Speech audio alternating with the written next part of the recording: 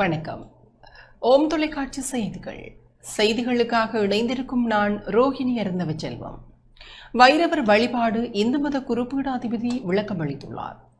நாளை மறுநாள் வெள்ளிக்கிழமை தேய்பிறை அஷ்டமியில் வைரவ பெருமானின் ஆலயங்களில் விசேட அபிஷேகம் செய்து பொங்கல் வைத்து வழிபட்டால் கஷ்டங்கள் நீங்கும் என சர்வதேச இந்து மத குருபீடாதிபதி சபரிமலை ஸ்ரீ சாஸ்தாபீட குரு முதல்வர் மகாராஜா ராஜகுரு ஸ்ரீ ஐயப்பதாச சாம்பசிவ சிவாச்சாரியார் இவ்வாறு விளக்கமளித்தார்.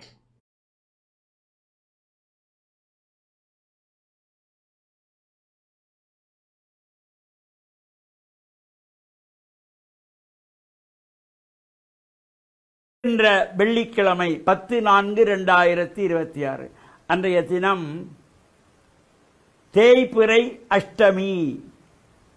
இந்த தேய்பிறை அஷ்டமியிலே பைரவப் பெருமானுடைய வழிபாடுகள் சிறப்பாக நடைபெறும்.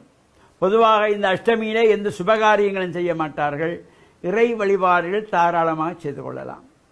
இந்த தேய்பிறை அஷ்டமியிலே பைரவப் பெருமானுக்கு விசேஷமான பூஜைகள், வழிபாடுகள், ஆராதனைகள், பொங்கல் என்பனெல்லாம் செய்கின்ற பொழுதிலும் ஒரு சிறப்பை தரும். அதே போல இந்த தேய்பிறை அஷ்டமியில் பைரவப் பெருமானுக்கு நெய் விளக்கு ஏற்றி வழிபாடு செய்வார்கள். இந்த பைரவப் பெருமான் எல்லா விதமான சங்கடங்களையும் நீக்கக்கூடியவர். பைரவப் பெருமான் அவருடைய தோற்றமே பரமனை மதித்திடா பங்கையாசனன் ஒருதலை கிள்ளியே ஒளிந்த வானவன் குருதியும் மகந்தையும் கொண்டு தண்டமும் புரி தரு வடுகனை போற்றி செய்குவாம்.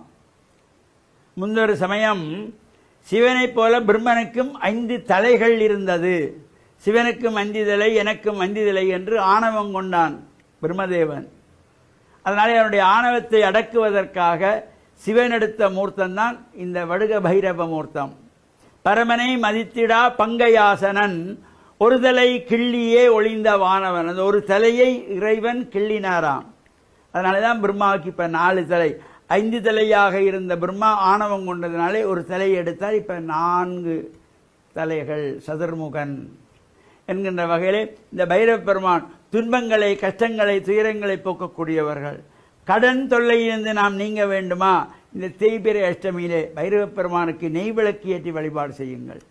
முடிந்தவர்கள் பொங்கல் வழிபாடு செய்யலாம், வடமாலை சாத்தி வழிபாடு செய்யலாம். இது நமக்கு முடியலையா, பைரவ பெருமானுக்கு இளநீர் எடுத்து சென்று அபிஷேகத்துக்கு கொடுங்கள், பால் அபிஷேகத்திற்கு பால் கொடுங்கள்.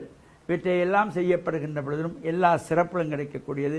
அது மட்டுமல்லாமல் இந்த தேய்பிறை அஷ்டமியிலே 3 எலுமிச்சம்பழங்களை கொண்டு போய் சுவாமியிலே பாதத்திலே வைத்து அபிஷேக பூஜைகளிலே முடிந்ததும் அதை கொண்டு வந்து ஒரு எலுமிச்சம்பழத்தை வீட்டு வாசலிலே 2 கூறுகளாக நறுக்கி அதிலே குங்குமம் பூசி வாசலிலே வைத்து விடுங்கள்.